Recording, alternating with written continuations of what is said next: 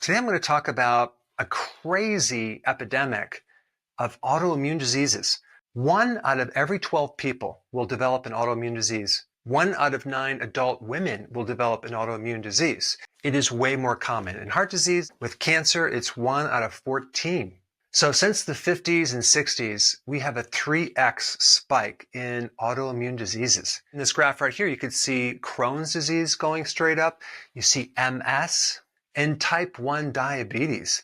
So normally, the immune system has a very complex and difficult job creating tolerance for our own cells. In other words, it has to differentiate our own cells and our own friendly microbes and differentiate that from external pathogens, viruses, microbes, etc. And the hallmark of an autoimmune disease is really inflammation. So we have this inflammatory reaction because the immune system is attacking it. But I want to explain the single common denominator with all autoimmune diseases is this: intestinal permeability, leaky gut.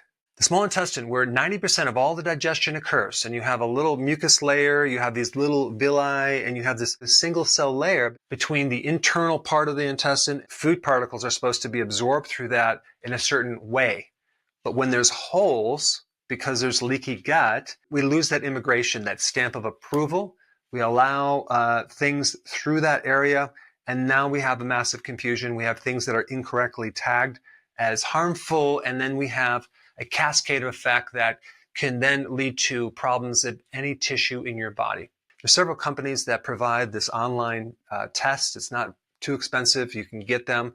I'll put a list of several down below and find out if you have leaky gut. And then what you can do is make some changes and then redo the test, maybe every month or every couple months to see how it's improving.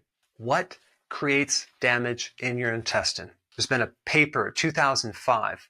They found 287 industrial chemicals in the fetal cord blood of 10 newborn infants.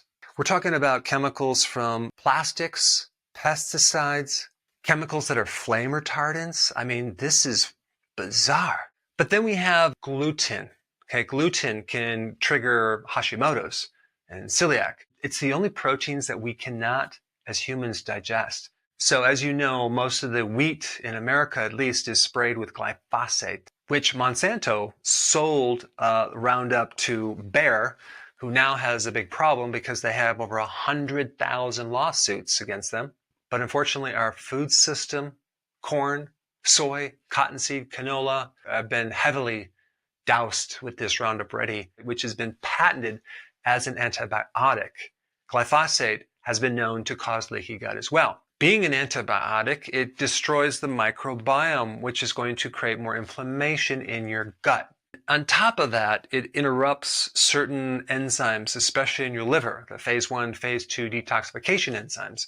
And so then you're getting these chemicals, but then you can't get rid of the chemicals. Once you get the inflammation in the gut, you can't absorb vitamin D that well anymore too. So vitamin D is the most important vitamin for your immune system. It helps prevent autoimmune diseases. It's a powerful anti-inflammatory.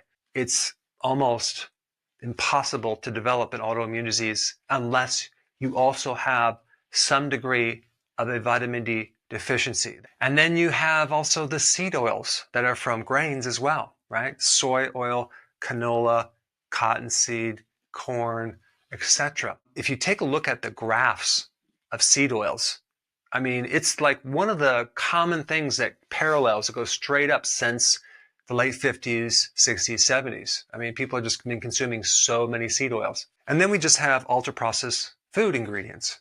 That would be a combination of seed oils, refined sugars, refined starches. I mean, 83% of all calories in the grocery store are ultra-processed foods. Those ingredients create inflammatory states in your gut. And the next one on the list are certain medications. PPIs, for example, which people take for GERD or heartburn, things like that. Well, there's something called drug-induced lupus, okay, from PPIs. This next thing I'm going to talk about is the icing on the cake, and that is a stress-induced autoimmune disease. In practice, I actually personally interacted with about 40,000 patients over the course of 30 years. And when someone would come in with an autoimmune disease and I would do a history, there is always some stress event that occurred right before they developed the autoimmune disease. Stress activates cortisol. Cortisol paralyzes your immune system. So this is the solution. Number one, you're going to have to avoid the seed oils, and you're going to have to start eating really clean, grass-fed, things like that. I'm going to highly recommend you get on a ketogenic diet with high-quality animal proteins as well as a good amount of fat. When I switched my diet off these grains to more beef, red meat, things like that, I remember my gut was feeling so good. I had normal bowel movements. I mean, it was bizarre because I thought you needed all this like grain fiber bran to help you go to the bathroom. Well, that constipated me. And like I said, whatever they are telling you to do, go in the opposite direction. With this healthy version of keto, should you consume vegetables or not? I recommend that you don't consume raw vegetables. I recommend you cook every vegetable that you consume, because the raw vegetables, the fibers, can also activate certain problems because you have leaky gut. As far as fermented vegetables like sauerkraut, kimchi, maybe some pickles, have a moderate to a smaller amount of that. If your gut inflammation is really bad, okay, then I would go complete carnivore for at least a couple months. But I think if you could tolerate at least some cooked vegetables and the fermented vegetables, that can help with the increase in the microbiome. As far as vitamin D goes, yes, you need vitamin D a lot.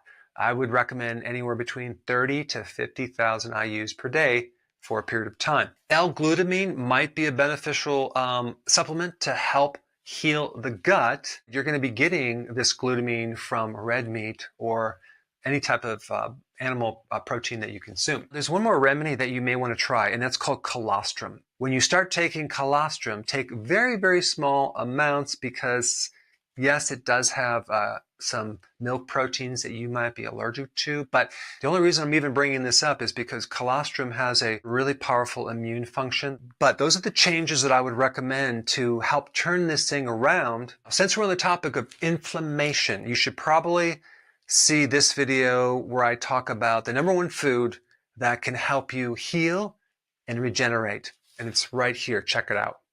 Because of the censoring and the suppressing of the algorithms on YouTube, it's becoming more difficult to find my content. And there's a lot of content that I cannot put on YouTube, unfortunately. So to make sure you have full access of all my information, go to drberg.com and subscribe to my newsletter by clicking the link down below in the description.